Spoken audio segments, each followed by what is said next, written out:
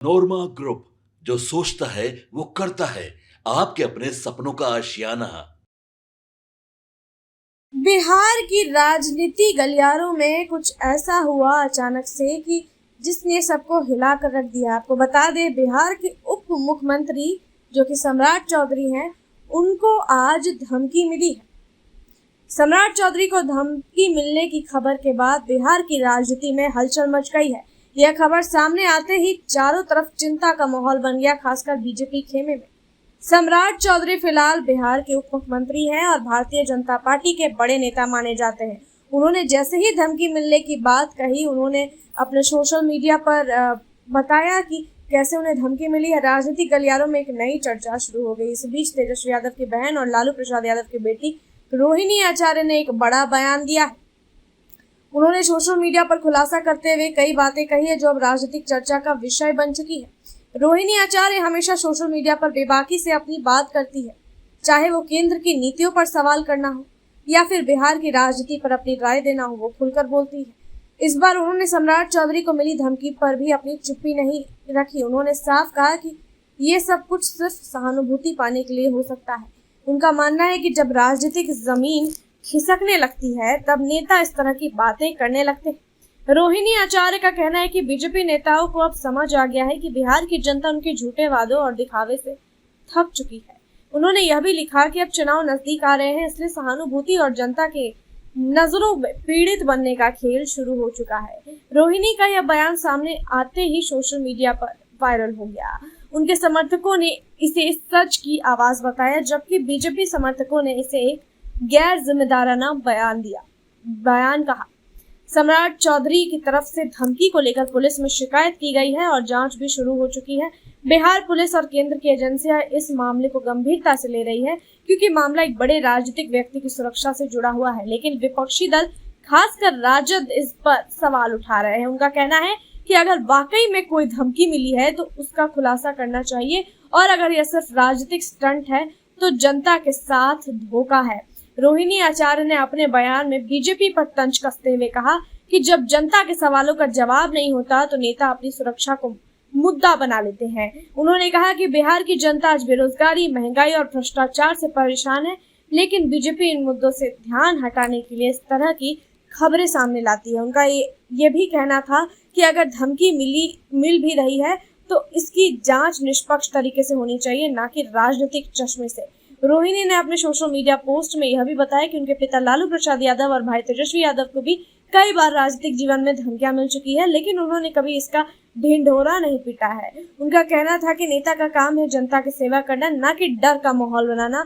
उन्होंने सवाल उठाया कि जब विपक्ष में रहते हुए राजद के नेताओं को धमकियां मिलती थी तब बीजेपी इसे नजरअंदाज कर देती थी। अब खुद को खतरा महसूस हो रहा है तो पूरे सिस्टम को हिला दिया जा रहा है। राजनीतिक विश्लेषकों का मानना है कि रोहिणी आचार्य का यह बयान आने वाले चुनाव की पृष्ठभूमि में दिया गया है। बीजेपी के नेताओं को लेकर राजद खेमा लगातार हमलावर हो रहा है।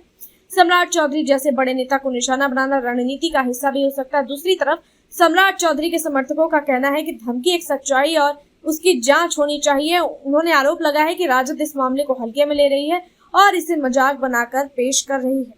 सम्राट चौधरी की तरफ से अब तक इस बयान पर कोई सीधा जवाब नहीं आया है, लेकिन उनके समर्थकों ने सोशल मीडिया पर रोहिणी के खिलाफ मोर्चा खोल दिया है। आपको बता दें, बिहार के डिप्टी सीएम सम्राट चौधरी को अज्ञात नंबर से व्हाट्सएप पर गोली मारने की धमकी दी गई। बिहार में कानून व्यवस्था, नेताओं की सुरक्षा और राजनीतिक रणनीति हमेशा से चर्चा का विषय रही है। ऐसे में यह मामला सिर्फ एक धमकी तक सीमित नहीं है, बल्कि इसके पीछे राजनीति भी है, मीडिया की दिलचस्पी भी है और जनता की निगाहें भी है।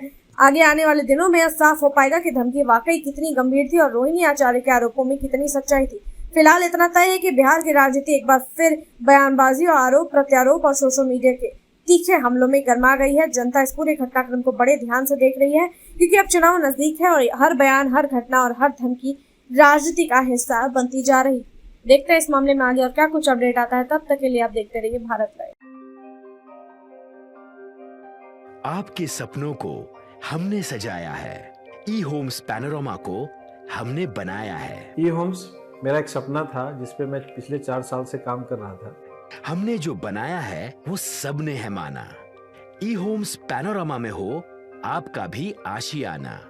और फाइनली हमने 2021 में इस प्रोजेक्ट को लॉन्च किया। बहुत लोग अप्रिशिएट कर रहे हैं कि पूर्णिया जैसे शहर में, बिहार के, एक तो बिहार की बात करें उसमें भी पूर्णिया जैसे छोटे जगह में इस तरह का लाइफस्टाइल देना, ये सुन के हम लोगों को बहुत अच्छा लगता है। ई होम्स में हमने कुछ और भी किया है, जैसे हम जिस जगह में रह रहे हैं हमारे फैमिली सिक्योर हो, उनको सिक्योरिटी का ध्यान में रखा है। आपकी सुविधा और सुरक्षा आपके लिए खास है, ये आपका विश्वास है। इसमें आर्टिफिशियल इंटेलिजेंस का 7 लेयर सिक्योरिटी का हमने इस्तेमाल किया है। लस ग्रीन कैंपस को बनाया है। यदि हमारा बाउंड्री वाल है तो वो वर्टिकल गार्डन है। ये जितनी भी फैसिलिटी होता है एक इंटरनेशनल टाउनशिप में, ई होम्स है, ये हम लोग विश्वास नहीं कर पा रहे हैं। जो भी हमारे मित्र दोस्त या जो भी हमारे बाहर के बाहर आते हैं तो हम लोगों को बहुत अच्छा सुनने को मिलता है और बहुत अच्छा क्रेडिट मिल रहा है। वो सारा हमने सिर्फ एक बिल्डिंग नहीं बनाया, हमने एक बहुत अच्छा लाइफस्टाइल दिया ई होम्स में, और मेरा एक सपना था जिसको मैं आज फुलफिल होते हुए देख पा रहा हूँ। ये आपका आवास है। ई होम्स पैनोरामा में अब आपका निवास है। E homes panorama, luxurious lifestyle redefined. Panorama group, जो सोचता है वो करता है।